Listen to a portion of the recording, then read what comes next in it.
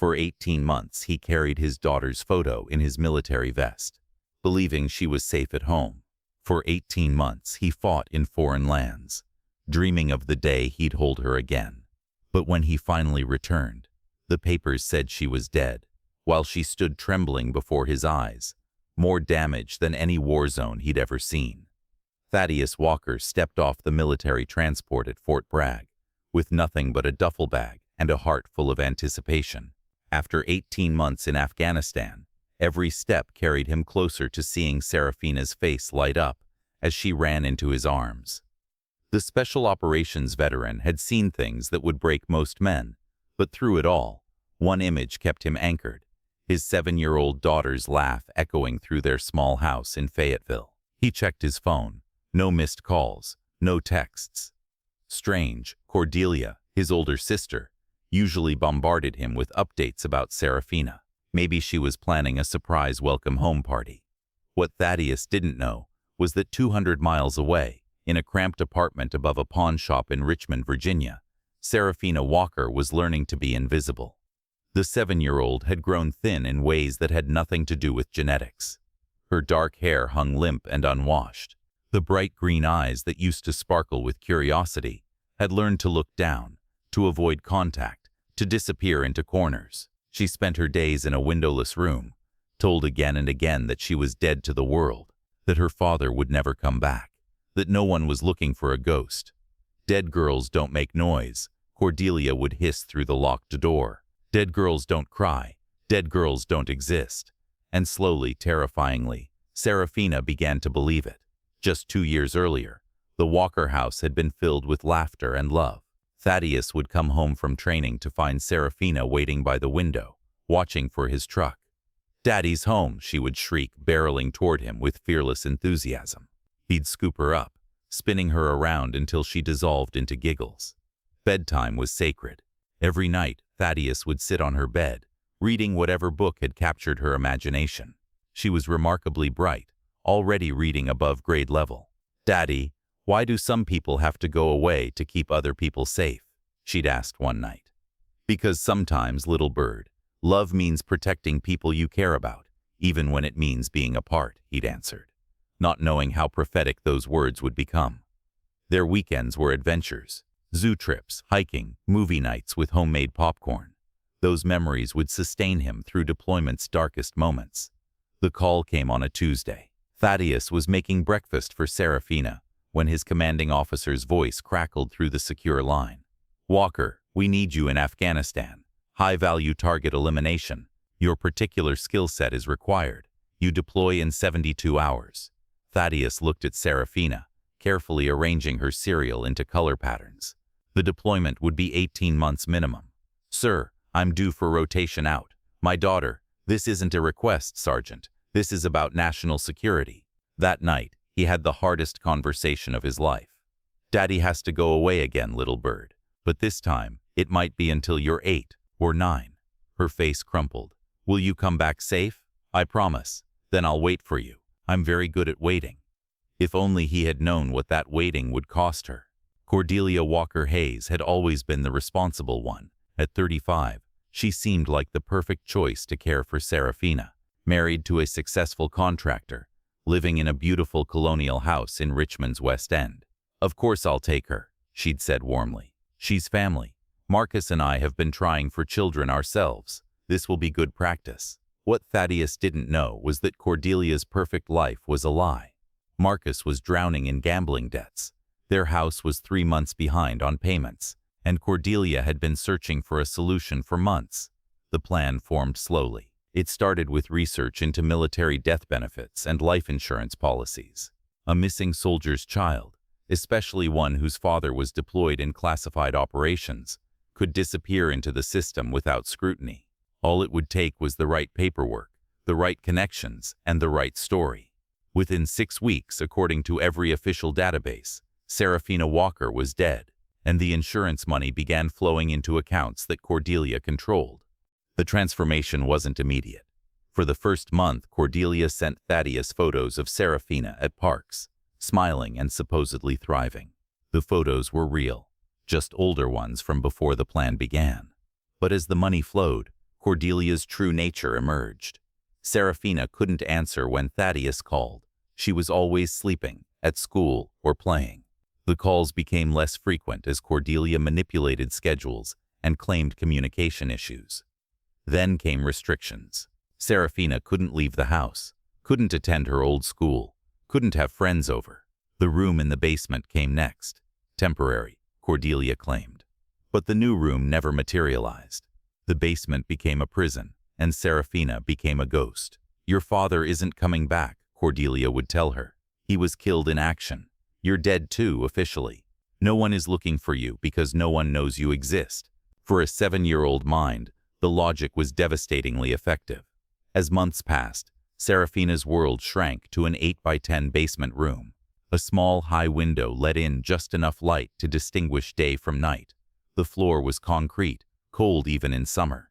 There was a thin mattress and a bucket in the corner. Cordelia provided just enough food to survive: stale bread, crackers, sometimes soup. Water came sporadically, often only when Seraphina's lips were cracked from dehydration. The isolation was worse than physical deprivation. She began talking to herself, creating stories to fill empty hours. She made friends with mice in the walls, naming them and imagining their lives. Most heartbreakingly, she began to forget. Not everything. Her father's face remained clear, a beacon in darkness. But other details faded: the color of her bedroom walls, friends' names, the sound of laughter. Cordelia's visits became hostile. "You should have died in that car accident like you were supposed to," she'd mutter. "Would have made everything simpler." In the world above, life continued with willful blindness. Mrs. Peterson noticed she hadn't seen the little girl who used to play in Cordelia's backyard. When asked, Cordelia had a ready answer. Seraphina went to live with relatives in California. Better schools. Her father wanted the best before the accident. Dr. Sarah Chen at the pediatric clinic noticed missed appointments. Cordelia's smooth voice explained, "We've relocated due to family circumstances. I'll forward her medical records." The records were never requested. Even Marcus chose willful ignorance. Strange sounds from the basement, Cordelia's volatile moods, but their finances had mysteriously improved. When he asked about Seraphina, explanations were vague but plausible. The child was with other relatives, adjusting to new schools, shy around strangers. Marcus accepted these explanations because the alternative was too terrible to contemplate. 6,000 miles away in Afghanistan, Thaddeus felt the first stirrings of unease. Communication blackouts lasted longer than Cordelia explained. When he did get through, Seraphina was never available. Always sleeping, at school, somehow out of reach. Photos stopped coming. Cordelia claimed broken phones, computer crashes, no time to take pictures. His squad mates noticed the change. Sergeant Walker became withdrawn, irritable, making mistakes that drew his CO's attention. "Get your head in the game, Walker," his commander warned. "Whatever's eating you will get someone killed if you don't focus." But Thaddeus couldn't focus. Dreams haunted his sleep. Seraphina calling for him, her voice growing fainter each night. The breaking point came during a scheduled video call. Cordelia appeared alone, claiming Seraphina was at a sleepover. "She's really thriving," Cordelia said, but her smile seemed forced, adapting beautifully to her new life. Something in that phrasing chilled him. Her new life. Life without her father around. It's been an adjustment, but she's resilient. After the call, Thaddeus stared at Seraphina's photo for hours. Something was wrong. The final straw came during a routine call. Thaddeus had planned it for days, calculating time zones. He was going to insist on speaking directly to Seraphina. But when he called, the number was disconnected. He tried again. Same message. "The number you have dialed is no longer in service." Panic set in. He called his family liaison officer, who promised to investigate. The answer came back within hours. According to records, Cordelia had moved with no forwarding address.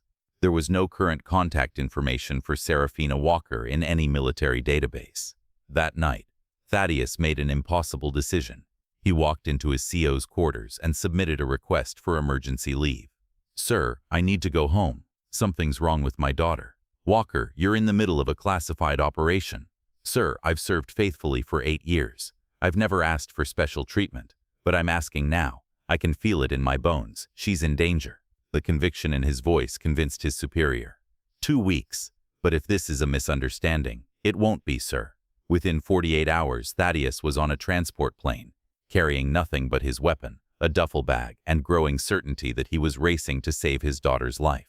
The Richmond house looked perfect from outside. Manicured lawn, fresh paint, flowering bushes suggesting prosperity. Thaddeus sat in his rental car for 10 minutes, studying the facade, trying to reconcile this with the communication breakdown. When Cordelia answered the door, her face went through rapid expressions: surprise, panic, calculation, finally a brittle smile. "Thaddeus, what a surprise. I thought you were deployed for another 6 months. Where is she? Where's who?" The forced innocence triggered his interrogation training. He'd questioned enough combatants to recognize deception. "Seraphina, my daughter. Where is she?" Cordelia's smile faltered. "Oh, honey, I thought someone contacted you. Seraphina was in an accident 3 months ago. A terrible car crash. She didn't make it." The words hit like physical blows. Thaddeus staggered backward, but even as grief crashed over him, something felt wrong. Cordelia's body language was nervous, not grieving, guilty, not bereft. "Where is her grave? The military handles those arrangements." That's when he heard it. Soft, barely audible, but unmistakable to a father's ear. The sound of a child crying from somewhere in the house. Thaddeus pushed past Cordelia, following the sound through the pristine house. It led to a door locked from outside with an industrial padlock. The crying came from below. "What's in the basement, Cordelia?" "Nothing. Storage. You can't." But Thaddeus grabbed a hammer from Marcus's toolbox and smashed the padlock with one blow. The door swung open, revealing stairs into darkness. At the bottom, huddled on a filthy mattress in a room reeking of waste and despair, was Seraphina. She looked up at footsteps. Thaddeus saw his vibrant daughter reduced to a frightened animal, thin to emaciation, clothes like rags, eyes holding trauma no child should know, but she was alive. "Daddy," she whispered, barely audible but cutting through his heart like a blade. Pure instinct took over, combat training triggered by a father's love. Thaddeus crossed the basement in 3 strides, scooping Seraphina into his arms with gentleness that belied the fury building in his chest. She weighed almost nothing, fragile as a bird, and when she wrapped her arms around his neck, he could feel every bone.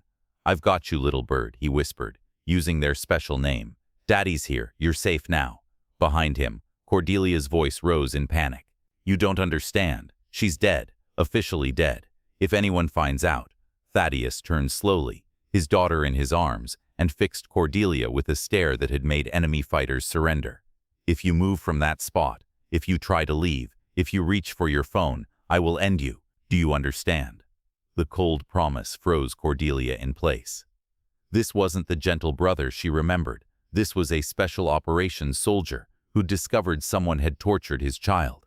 With Seraphina still in his arms, Thaddeus pulled out his phone and dialed 911.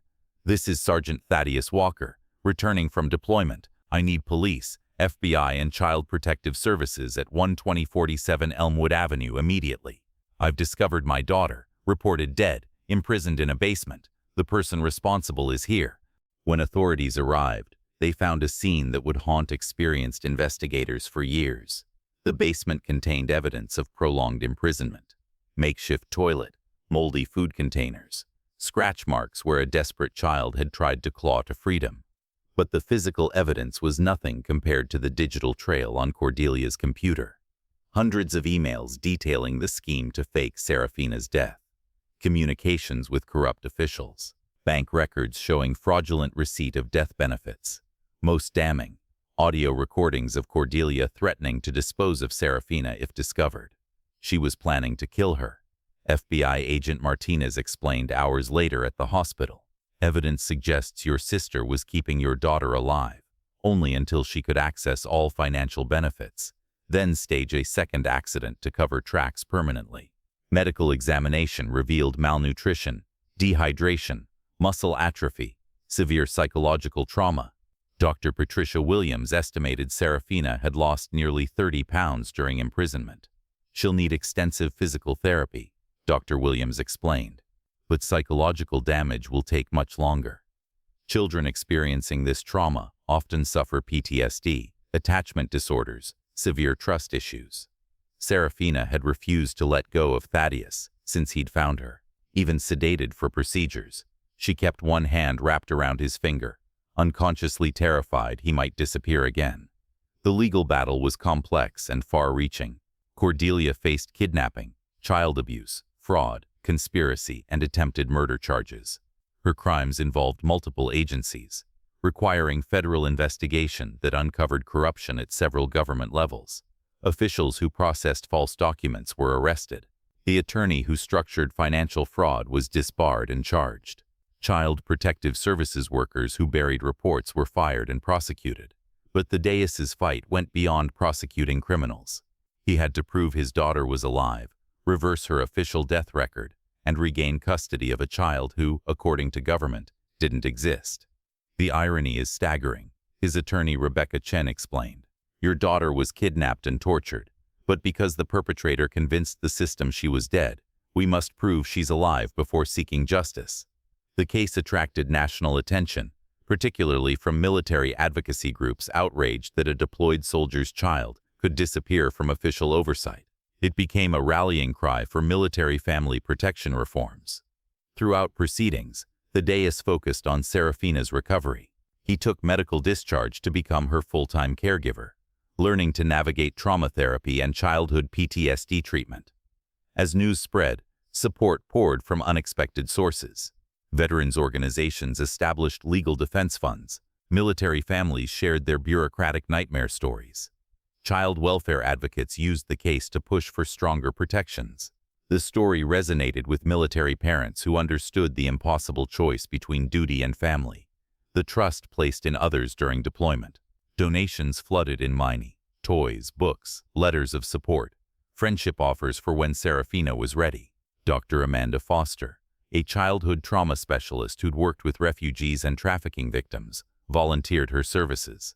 Cases like Seraphina's are rare in the United States, but psychological impact is similar to children held by enemy forces. Recovery will be long, but children are remarkably resilient with strong support systems. The community forming around Seraphina's recovery became Thaddeus's lifeline too. He'd returned from deployment to find his world shattered, but discovered he wasn't alone in rebuilding it. Military chaplain Father Martinez became a regular visitor. You're fighting two battles, he told Thaddeus, helping Seraphina heal, and forgiving yourself for not knowing. How do I forgive myself? You trusted someone you thought trustworthy. That's being human. The failure belongs to those who betrayed that trust. 18 months after Thaddeus discovered Seraphina in that basement, Cordelia Walker Hayes was sentenced to 25 years in federal prison without parole. The judge's sentencing words captured the horror. You took a child whose father was serving his country and turned her life into a living nightmare for financial gain. You stole her childhood, her security, and nearly her life. The court can think of few crimes more despicable than systematic torture of a child for profit. Marcus received 5 years after pleading guilty and testifying against his wife. Corrupt officials received sentences ranging from 2 to 8 years. But for Thaddeus and Seraphina, legal victory was just one part of a much longer healing journey.